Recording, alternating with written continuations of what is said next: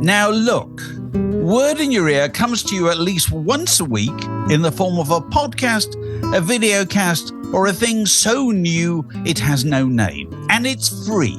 All we ask is that you subscribe, like, and wherever possible, leave a comment. And if you feel like getting further involved, you can become a Patreon supporter, which could mean you're inviting us to rifle through your record collection, are inviting you to join us for our very special Friday night quiz, and all of us feeling the sum of human happiness has been increased. Details at patreon.com/wordinyourear. And now on with the show. This is Word Down Your Way, in which those about to tour salute you. Welcome to another edition of Word Down Your Way. Now, I can vividly remember John Peel playing Teenage Kicks twice in a row, and I'm trying to imagine just how thrilled that he would be that the Undertones are about to set out on their 50th anniversary tour. It's fantastic news. Damian O'Neill, very lovely to see you. Hi, Mark. Great to see you. And did you ever expect... No. 1976, when you formed, the idea that you would be... Absolutely beyond my wildest dreams. No, it was only, we formed the band just for fun. It wasn't a career-orientated, hey, we could be on top of the pops and all this. No, it was just purely for fun. So to get this far is like beyond our dreams. It's fantastic. It really. We'll come to the tour in a moment. But what we do traditionally on these things is we take people back to the first gigs they ever saw. Can you remember the first band you ever saw? Yes, it was 1975, I believe. Horslips. Do you remember Horslips? Oh yeah. They're massive in Ireland, obviously. And see, not many bands played in Derry, where we came from. Not many bands played the North, actually. Full stop. Especially, after the Miami Show Band Massacre had happened in the mid-70s. So a lot of bands were afraid to come over, especially from England, from Britain, whatever. But Horslips, being from Dublin, played a lot. So they played Derry, they played Belfast. So 75, I was really into them. First concert was St. Colum's Hall in Derry. It was sold out. My God. There and then I said, I want to be in a band. It was that good, in those days when Horslips appeared, anybody in the area that was remotely interested in noisy music, they just turned up, didn't they? Definitely. We were starved. Yeah. Because of the Troubles, nobody ever came. So whoever, was brave enough to come over or come over the border or whatever, everybody would flock to it. And we, notoriously fantastic audience in both Belfast and Derry and elsewhere in the North, So, yeah, we were starved. So we really appreciated anybody made it. Who else came? Can you remember? Rory Gallagher. Rory Gallagher always played. I know that. He always played in Belfast anyway. During the punk time, there's not, I think, 70s. Ian during the Blockheads came. That was another great show we went to in 1978. I think Thin Lizzy, but they would have been there and based there anyway. The Clash came. Yeah. They came first time in 1977, but they couldn't get to play because of insurance reasons. But they came back in 78, so I was at that. I think Buzzcocks might have come as well. When punk bands started coming up and coming, they slowly a little trickled. I remember seeing the Lurkers, actually. Right. The Lurkers came in 1978 as well. And Dr Feelgood, which was a big thing. And Eddie and the Hot Rods, actually, they came in 77. So, yeah, bands did come eventually. So when did you first pick up the guitar? I think I was probably 14. My brother, Jim, was he was a kind of folky, he was into folk music. And so he had an acoustic nylon acoustic, gut string acoustic guitar. So I just mess about with it. And then my brothers, John and Vincent, also would do the same. The problem with me was I'm left-handed. Of course, he was right-handed. So this guitar was upside down for me. So I struggled to learn to be right-handed. I don't know how I did it. So I still play right-handed, even though I'm left-handed. Oh, right. Yeah. It's nuts, isn't it? Because there aren't many people who've done that. No, I know. But you couldn't get left-hand guitars back in those days. So they were too expensive. Right. I just made myself play. Who knows? I could have been as good as Jimi Hendrix. Yeah, there you go. You handicapped yourself all your life. Yeah, I know. That's amazing. So the first group you were actually in was the one before the Undertones, or was it the No, Undertones? it was the Undertones. I was 14. I think I was 14 or 15 when I joined. Yeah, I was so young.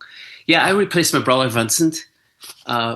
Unfortunately for Vincent, actually, my mum told my brother Vincent that you can't concentrate in the band. You have to study for your O levels.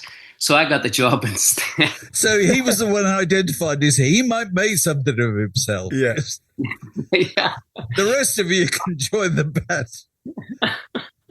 So that was my lucky break. So I got to join the band, even though Mickey Bradley, the bass player, hated me. He didn't want me in because Vincent was his best friend, and I just replaced his best. Oh, right. And I was the wee brother, not to be, you have total disrespect for the wee brother. So were you the youngest member? Oh yeah. By 2 years. And do you find even all those years later you remain the youngest member? You know, your kind of birth order kind of matters, doesn't it? Yeah, I was always the baby in the band up until we reformed with Paul McClune, and Paul's younger than me. So. Right. But it's the George Harrison factor, isn't Yeah. it? You're always made reminded that you're. No, I never got the respect. That's right. So when you were 14, were you actually playing then, or just rehearse? Did you actually go out and play when you were 14? No, we were just messing about in our living room and upstairs in our bedroom. So that happened for during most of late '75. I think I joined, and then we were just messing about for fun. But then we did get to start playing in 1976 in local community halls and scout halls and things like that. Playing what sort of stuff? So we feel goods or Yeah, well, bit of feel good stuff. Beatles, Rolling Stones. We're massive Rolling Stones fans, especially from 60s Rolling Stones really, and then from Get Your Ya-Ya's album, that 1969 live album, we love that. Creedence Clearwater, we're doing a lot of those. Cream, we were doing Badge, but Cream, I think. It's complicated stuff. And we a few instrumentals that we had sort of written, which weren't very good. So stuff like that. Van Morrison, or them, we love them. Gloria, we were doing Gloria. So yeah, hodgepodge of different stuff.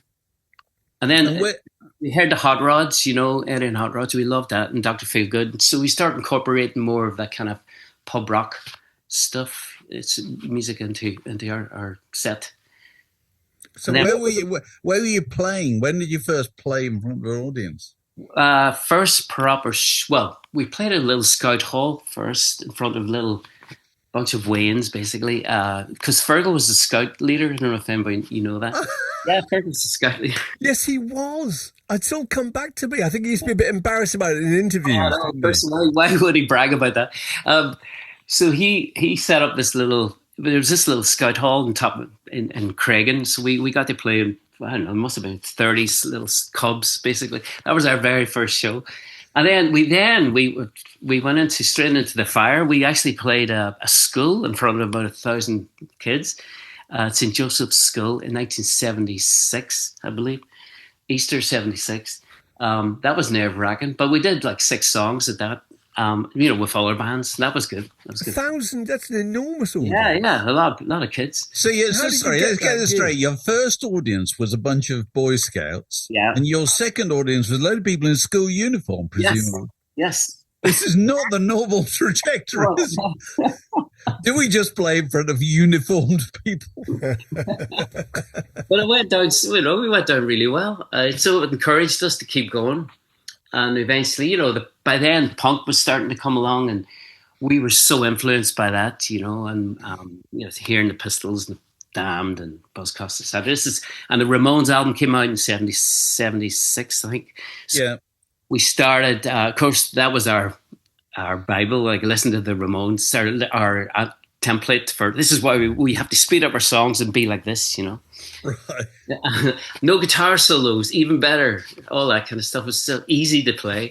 Oh, that's interesting. Yeah, I wondered if you had some kind of rules. So no guitar solos. And the other thing was the clothes. The thing that really struck people about the Undertones early on was that you'd taken that idea of wearing the same clothes. I mean, people used to think, oh, punk, they're kind of, they're kind of wearing kind of normal clothes. No, they weren't. That was theatre. They were dressing up to go on stage. You guys weren't, were you? We hated anything to do with pretentiousness and being false or phony. Yeah. So we just wore street clothes on stage. It wasn't a deliberate, conscious decision. It was just, this is what we do, So, yeah. And that's the way it remained most of the time. But it really was anoraks and cardies and DNA jumpers. flares. Millets. Yeah. You look back at some of the photos, like, oh dear, couldn't we? At least a bit of an effort, but parka jackets for Feargal, snorkel jackets, whatever. I mean, Skinner jeans. It's kind of the boot boy look as well. Yeah, that's the way it was. There was always that detail that people pointed out, that the Undertones trousers looked like they were slightly too short, as if they were still growing. Well, that was the kind of boot boy look of Derry back in the hooligan look back in the day, So it was our street garb. But another reason we wore normal clothes, even just walking around the streets of Derry, was if you looked different there, you were likely to get your head beaten, Yeah, yes, good point. I'm sure. Yeah, straight jeans or short hair even would get you a slap in the face. Honestly, such a dangerous times back then. I wasn't just Derry; that was provincial towns everywhere. Yeah, it was actually. Yeah, I'm sure you're absolutely right. Extraordinary. But within a very short time, when you make a record really quickly, then. Yeah, very, very lucky. Obviously, the gods were aligned. Well, first of all, it was Terry Hooley had his good label. We heard about Terry through a mutual friend. This is 78, by the way, by now. And we'd been playing for 2 years, and we'd been, we got a residency at the Casbah, this famous place called the Casbah in Derry. So we learned our chops. We learned how to play, basically. We started introducing our own songs, and we had basically most of our set now was our own self-composed songs instead of covers. So by 78, we thought we were missing the boat by then, because Sniffle Fingers had put out Suspect Device, and Rudy had put out a single and Good Vibrations, and The Outcasts. So luckily, Terry agreed to spend £300 or whatever it cost for us to go into Belfast, record some songs. And we thought, okay, this is our last chance. This is our legacy. This is amazing. Yeah, we've missed the boat. Final roll of the dice. I know, roll of the dice. If this doesn't work out, because everybody was always leaving the band. Fergal and John were always like, I'm leaving. So we thought, okay, we'll just do this and then we'll break up. So that was our, we made Teenage Kicks EP. And then, of course, we sent it to John Peel. We got to John Peel. And John Peel, of course, loved it. Fell in love with it, and then started playing it on a show. And then suddenly we were getting phone calls from all these record companies, at our house going, we want to sign you and all this, Were you listening to that Peel show when he played it? Yes. I actually was. Yes. So that must have been incredible. So you thought he might play it? We knew he was going to play it. But then when he said, this is so good, I'm going to play it again, I was like, whoa. It was like... So were you all together? Yeah, yes, I think we all were in our house. Yeah, because our house was the sort of HQ of so yeah, we were jumping about with joy. We were like, wow! I bet. Hearing yourself incredible on the radio, any band for the first time is so thrilling. But to be on the John Peel show, who we loved the John Peel show. Who didn't? So that was 1978. Yes. So, and we were talking earlier, I've got in front of me a piece I wrote about the Undertones in 1979. So it's only a year later. Yeah. You'd obviously, you were spending a lot of time over here. You'd had hits.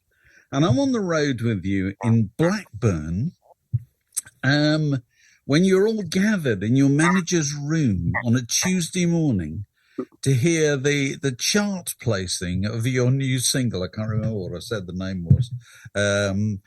Tell us about those days, about the whole week revolved around the chart, didn't it then? Because you were in that game, weren't you? Yeah. You want every band wanted to be in the charts, and it was so important to be high up enough so that maybe Top the Pops would accept you. I think so. You had to be top 40, I think, normally to get on Top the Pops. I mean, Teenage Kicks, for instance, I think it was 45 or something when we actually got to do Teenage Kicks on Top the Pops, and then the next week. Normally when you do Top the Pops, your record goes up the charts, but Ours dropped. How on earth did that happen? It did happen. Wow. No, it was 38 and then it dropped again or something like that. Yeah, I don't know how that happened. So that was devastating. So it wasn't until Jimmy actually got up the charts top 20 that we actually had our first hit.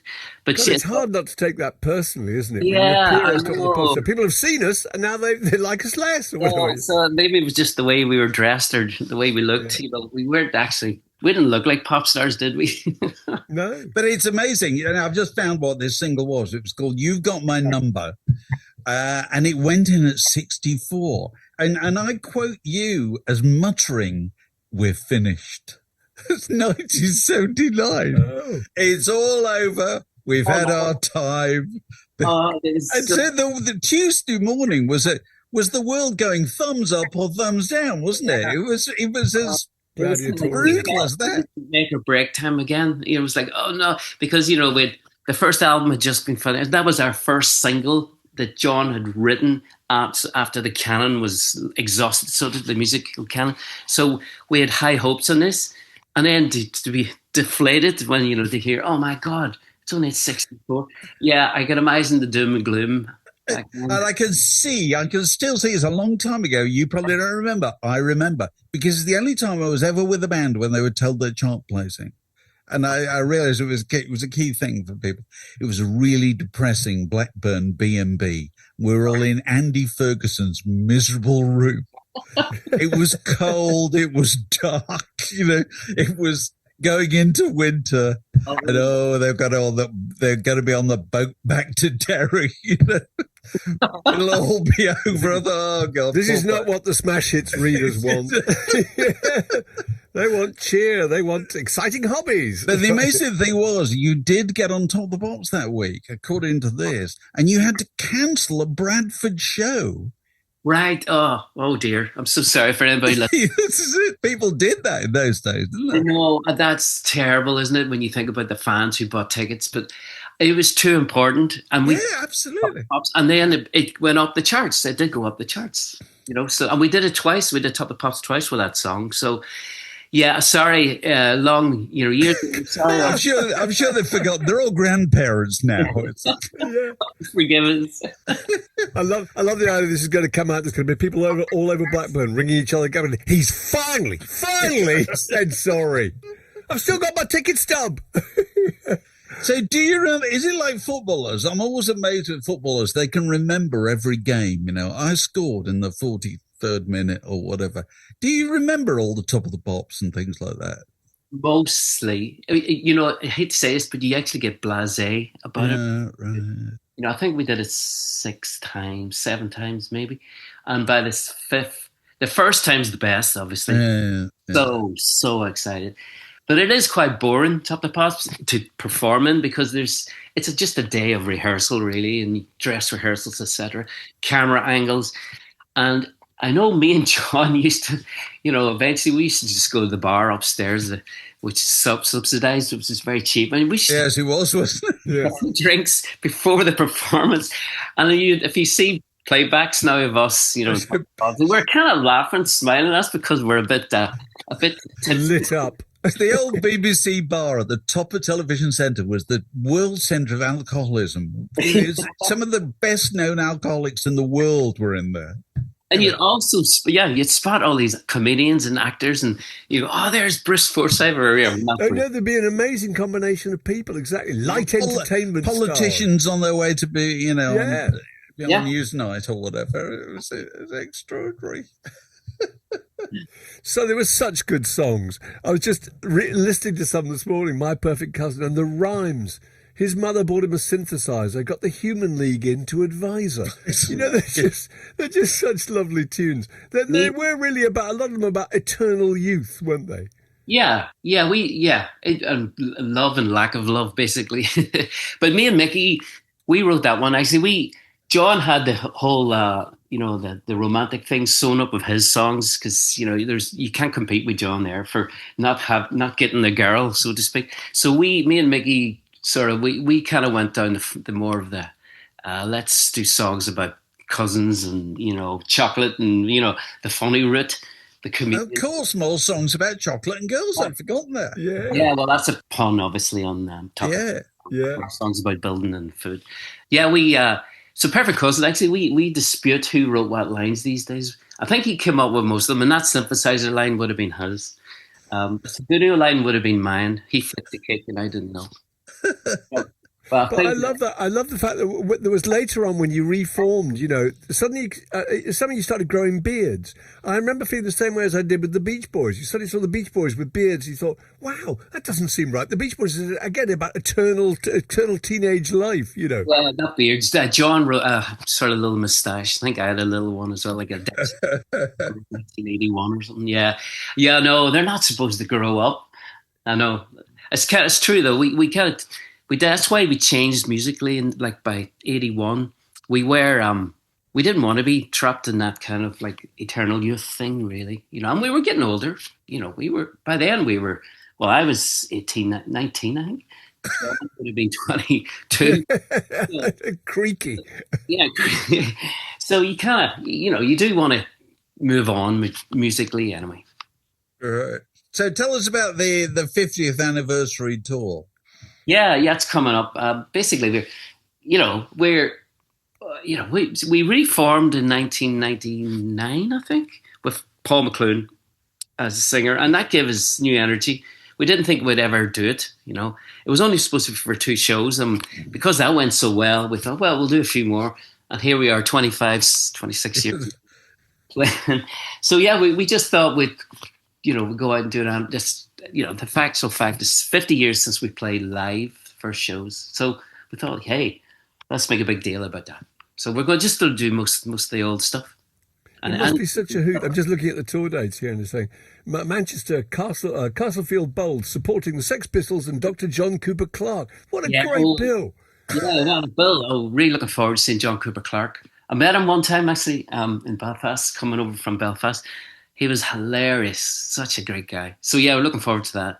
Yeah, we're playing with the Pistols in a few shows actually. We did some shows this year already with them, and that was good. That was really good. And all over Europe too: Stockholm, Germany, Belgium, Holland. But I didn't see any dates in France.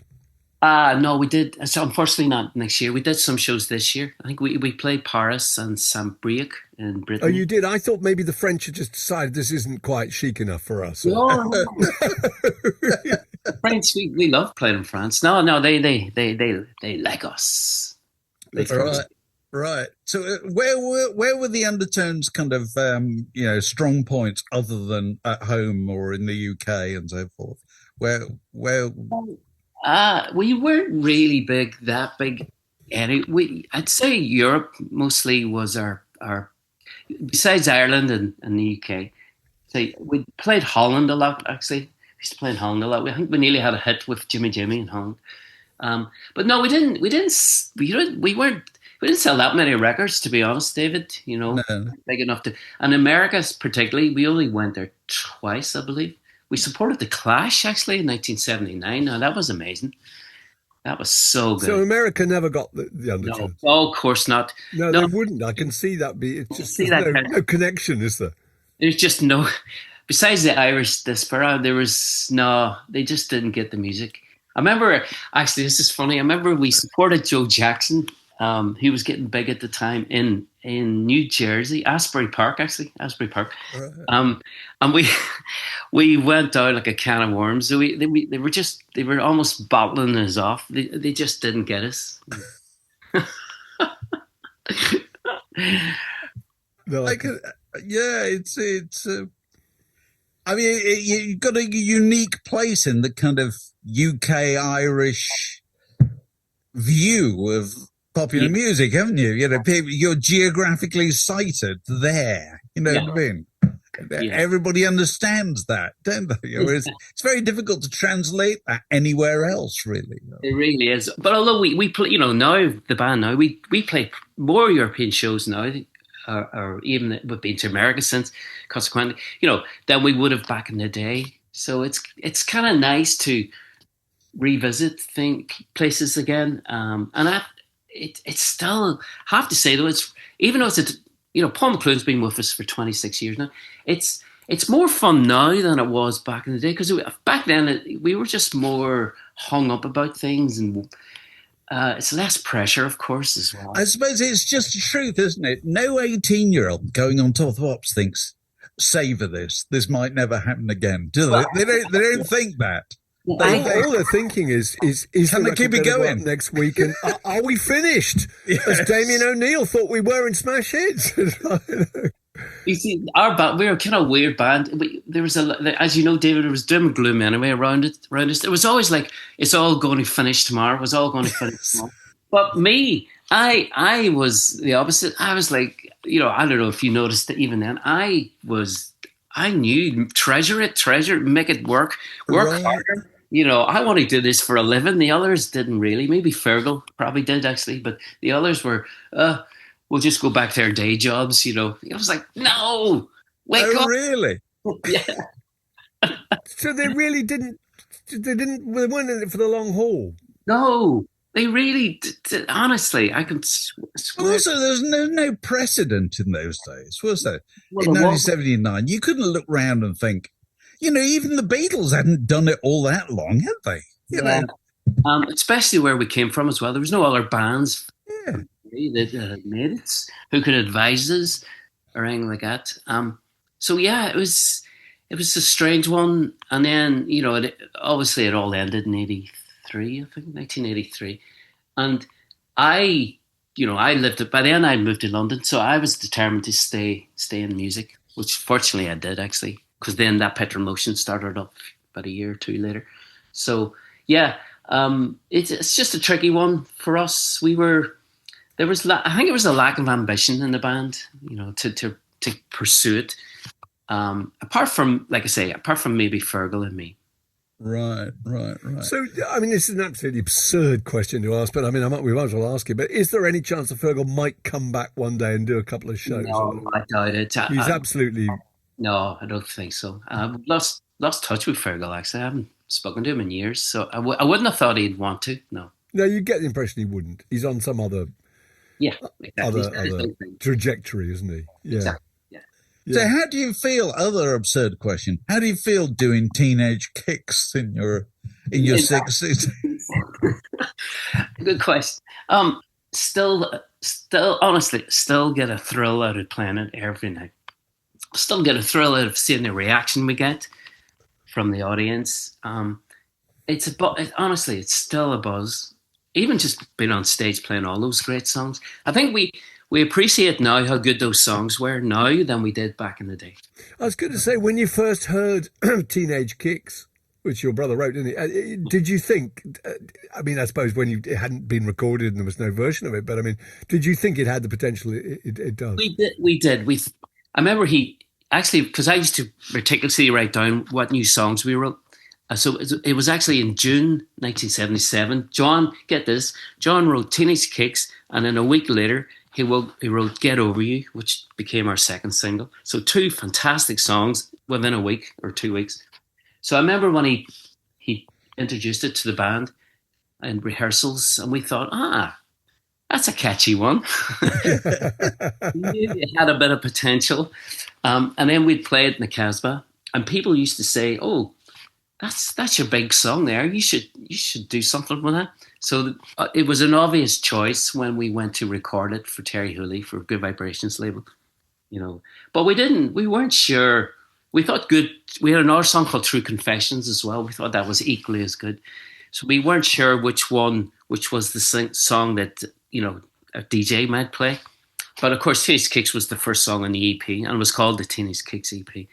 So when we got the actual record back from Terry, we actually played it I remember we were all gathered in our house in Beechwood Avenue, and we played in our little Fidelity record player. We actually didn't like the sound of it, believe it or not. We thought it was too tinny. We actually didn't like it. And then it wasn't until maybe it was the record player you were playing. Yeah, I think the needle, little tiny speaker with a needle, 2p bit, attached to the stylus. Yeah, it probably had a 2p bit as well, and the needle completely worn out. So no wonder it didn't sound good. But when you hear it now, or especially when you hear it in the radio or you hear it in clubs, it sounds enormous. It does. It's the guitars. I think they're really high in the mix, and we never got that sound ever again. As well, unfortunately, It's a thrilling record. I think. it is. So you did that. You did that in solo studio in Belfast, didn't you? Did that in Belfast in Wizard Studios with So with just the engineer who happened to be there. really good engineer. We had a great engineer. We were very fortunate. And we produced it basically ourselves, and it never, like I say, we never. So that was your first time in a studio. First time ever in a proper studio. Yes, 16-track studio. So tell us about that. So 16 track. Okay, Yeah. so. But tell us about the engineer. So the engineer presumably normally is doing what, pipe bands and folk groups and weddings and whatever. Yeah, he actually did do a couple of punk singles before us. He did the Outcasts, and I think he did Rudy as well. Davy Shannon, that was his name, Davy Shannon. So when we came in, I think he was impressed with us because we were tight. We had to song because we'd been playing for like a year to Casper, so we were very, very tight. So he was impressed with that, and the fact that we could knock it off really quickly. But I think it was his mic placings, in the studio. Yeah. I won't get too technical, but he knew how to separate things, and we actually mostly played live and did a few overdubs. I think the guitar solo was an overdub of Feargal's vocals an overdub, and the hand claps, of course, those at the end. That's an overdub. So basically, it was all done pretty. I don't even think we used 16 tracks, and we did 4 songs in about a day, and we went back the following week and mixed it in a couple of hours. And wham, bam, that was it.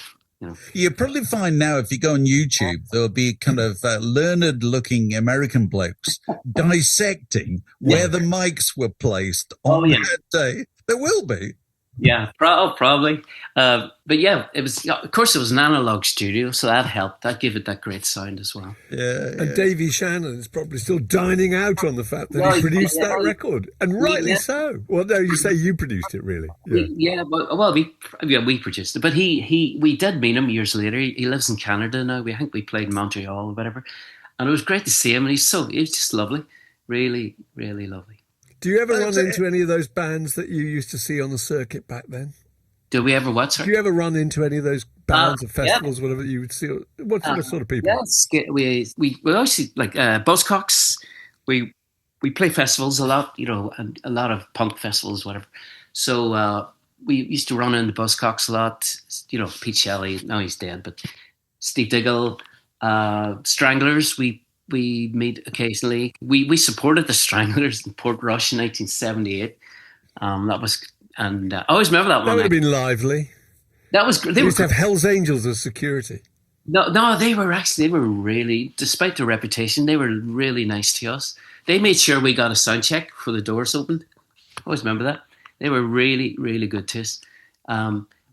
Skids, we see, Richard Jobson. Our peers back in the day, we bump into them in festivals, which is really great. Rezillos, another band we love. So what are the songs that you will always play? So you're doing your 50th anniversary, so obviously Teenage Kicks and Here Comes Summer, Jimmy Jimmy, My Perfect Cousin. Yep. Those songs we always play. And we do use, we've made a couple of records with Paul over the years. So we usually do about 3 or 4 songs from that as well, and also Hypnotized album. We're introducing more songs from the Hypnotized album, which we've done normally live. So, it's a good album. That actually, I always thought the first album was our best, but in hindsight now, I think the second's our best because it's more. We're changing a bit. It's less Ramonesy, and there's great songs in that like Tearproof and Wednesday Week. You could see. John, Wednesday Week, yeah, lovely song. It's like a Beatles song. Yes, yes. He's getting away from the 3-chord Buzzcocks, Ramones kind of wham, but he's maturing a bit more musically. So it's, John's got a great ear for melody, and that is such a lovely song. Well, fantastic. What a lot of fun to talk to you. Yeah. And this is all starting, was it next April? I can't remember. When does it begin? Yeah, I think it starts in April. Next April. Yeah. Very good. Damian, an absolute delight, and very nice to be able for Dave to dig out the old smash hits piece again.